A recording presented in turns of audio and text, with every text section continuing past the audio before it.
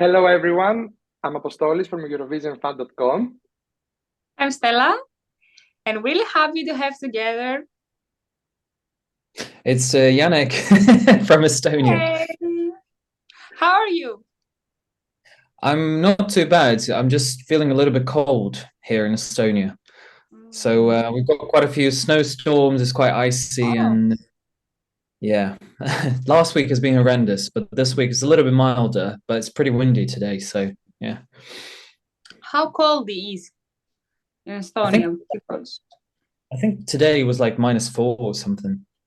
Oh, great. Because here in Greece it's still warm, so Yes. not that much, but yeah, like 10, somewhere there. We're okay. That's pretty good. Pretty good. Okay, so to begin with, can you tell our viewers a little bit more about yourself to get to know you a little bit more? Yes, that'd be my pleasure. I'm gonna be quite frank. So I've actually haven't properly like performed or done any music for probably around 10 years because I first was singing on the Estonian Idol in 2012. But after that, I went traveling around the world, and I kind of settled in London, where I lived for now over 8 years. I did finish a university there, so I've got a music degree. But after that, somehow, I think I got stuck in the corporate world instead. So even though I haven't really been doing a lot of performances or any sort of showcases, I've been, singing at home, recording stuff, and here I am today. So I wrote a nice song with somebody, and we wanted to try for Eesti Laul, and that's where I am now. So my life has changed upside down in just one night. So yeah. So what made you decide to take part in Eesti Laul this year?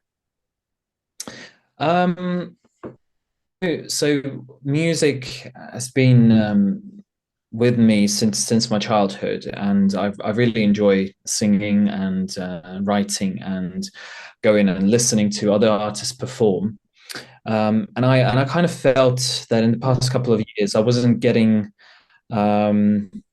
the drive I wanted in my life, so I thought that I might need to turn back to music.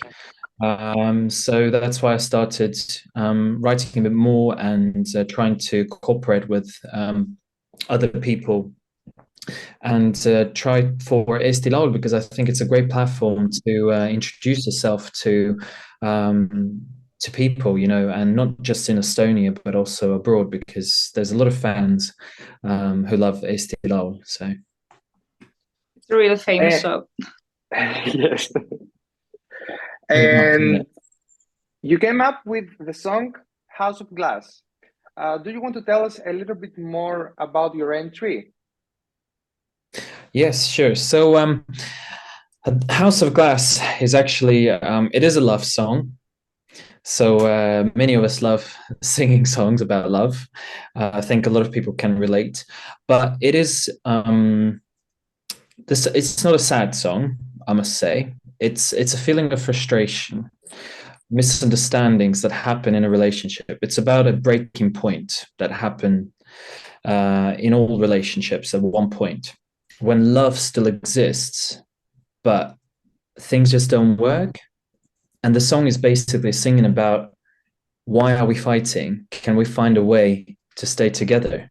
So it is dramatic, but at the same time, it has also a positive message. So with this song, I want to spread a lot of love to all the listeners, because there's always a way to continue in a relationship in a very healthy way. And then it's not always, but yeah, well, sometimes, but I think most situations in life are not, all soft and fluffy. That there's always time that something can happen in between. So, but also the song, you don't have to, it's not, you don't have to relate to it from love perspective. You can relate to it from the perspective of your career. For example, if you are trying to become somebody, but it doesn't work out, and it's like a love and hate relationship. Do you want to give up on your dream, or do you want to move forward and you want to continue? So I kind of relate the song to my musical career, because I did try for quite a while and I did have my ups and downs, but I still kept still and tried to, work on my dream to achieve the heights that I was dreaming of for a very long time. So a bit of your inspiration was this story. Is that the story behind the song? Maybe a little bit, but actually, I can actually explain you how it all started. So, I mean, the melody, I came up with it, I think, in my shower. It was a melody for the chorus, and it was a very basic, boring melody, just like da da da da da da. And I asked somebody for their opinion what they thought of this melody, and they said it's terrible and it's annoying. And I was like, okay, fair enough. But as you may know, I wrote the song with Hittil Merlon, who represents Norway in Eurovision 2015. So I decided many of the songs for many countries. Yeah. So. Yeah, so I decided to when we met up, I took a couple of ideas to him, and he said that this is the one that has potential, actually, so let's develop it further. So we did a couple of tweaks to the melody, and we started to just writing the song, and that's how this beautiful song was born. And obviously during the process, we wanted to be honest about the song, so it wasn't just a song for Eurovision or song for Eesti Laul. He actually asked questions from me about my life, my relationships, my dreams, so that we could get inspiration from what happened in my life, and that we could put it into the song. So the song is very honest and genuine. Great. So I know that you probably cannot reveal everything, but what we should expect from you on the stage? Oh, well, can I turn the question back at you and ask, what do you think there's going to be? And I can imagine glasses that breaks. No. We're okay. So, it's Eurovision. It's so Eurovision. From the explanation now, because when I heard the song, it's a love song, but the staging can be anything. But now that I'm listening to you, I can imagine you being alone with not so many things happening on the stage, but a really great and emotional performance. That's what I'm thinking about now. Okay. Yeah, that might be close, might not be. But yeah, we'll just keep a little mystery. But no, actually, I do recognize that this song does require good support on the stage. I think you can do it just by yourself with almost no lighting or anything at all, but I think if you've got the stage and the opportunity to use what's given to you, I think you should. It's Eurovision, so definitely. So I must say, we're not going to try to overflow it with different effects, but also not, under supported, if that makes sense. So we will make a stage show that is fair for the song. Obviously, the semifinals are a little bit challenging, because I don't know if you know, but we have a 360-degree stage, so we don't have any LED screens. So certain aspects, such as intimacy, can be a little bit of a challenge. But we found our ways around it. So, but all I can say so far is that I will be alone on the stage. That you're right about that. So we're right. And because Eesti Laul is once again super strong this year, do you have any favorite song among the other entries of this year national final? In Estonia, or just across all national finals? Well, in Estonia, I wouldn't say that there's a song that I would add to my playlist, because it's not about the songs not being good enough or something. It's just a matter of personal taste, because it's all subjective.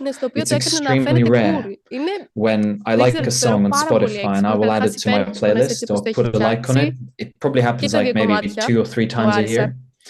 So this time, I don't think I've added any songs. However, I do like a couple, and I think one that I would note would be probably Ollie's Venom. And you know, his song and his voice is complete opposite to me as a singer, as a musician, and to my song as well.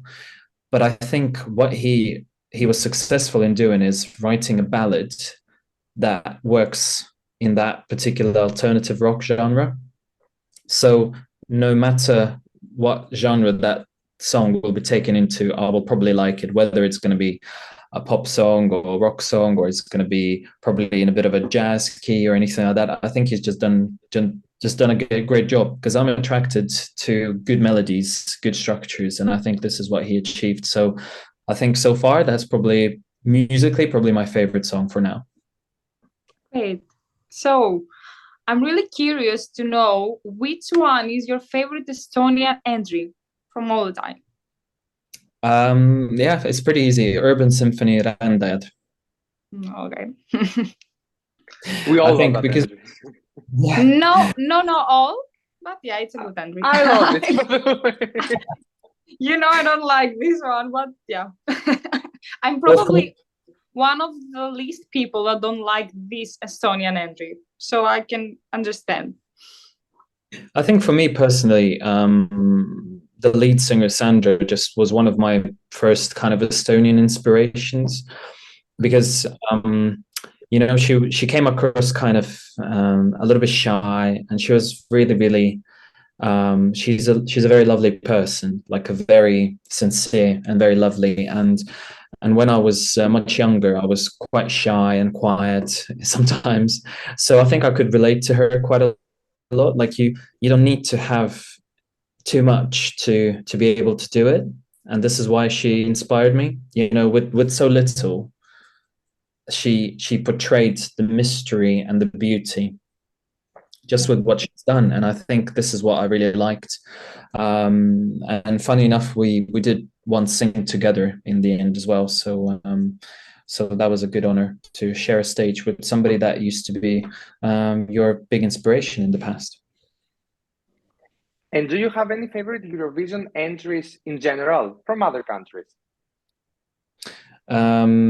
Just from the history, right? Well, my favorite song is from Eurovision is definitely Lorene's Euphoria, and I'm going to tell you why, because I think it's the only Eurovision song that has ever given me goosebumps. Because this song was already famous before it went to Eurovision. I remember I was somewhere at a school project in another city in Estonia, and somebody was sharing just the same song on the Facebook feed, like how good this is. So I opened that YouTube video and I gave it a listen, and straight away, shivers, goosebumps. I was like, wow. And I just couldn't stop listening to it because I thought the melody was fantastic. So that's my favorite. But from other entries, I do like Conchita's Rise Like a Phoenix. And then I did like a couple of songs that probably didn't qualify for the finals at times or didn't win. But yeah, there's quite a few of them. Great. And if you have to choose one Eurovision singer to make a duet with, which one would be? Well, why not Loreen? Why not? She might go to Eurovision this year again, isn't it? I heard that I would she's say going that. to... So maybe you will meet her and be together in Liverpool and make a duet. Why not? And because you said here for the first time, we have to be there if you make a duet. Promise me.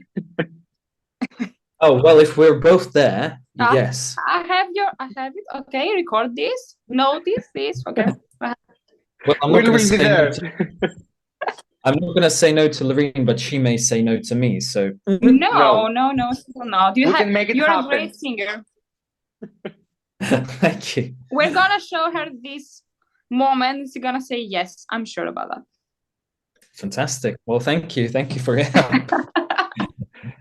And now, before we come to an end, it will be our own pleasure if you could sing us just a small part of your song so we can hear you. Oh, wow. Just let me get a key then first, if you want me to, because I want to sing it properly. I don't want to come up with some key that doesn't work. So How many tears, how many scars does it take to know what we are? Are we scared? Are we lost? Could it ever be like it was? How can we find any reason? Fight in this house of glass. When it breaks, it's gonna save what's left of us. There you go. Perfect. Thank you. Thank you so much for this interview.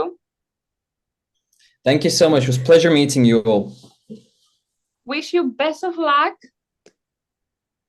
I'm sure you're gonna do great and hope we're gonna meet you in Liverpool.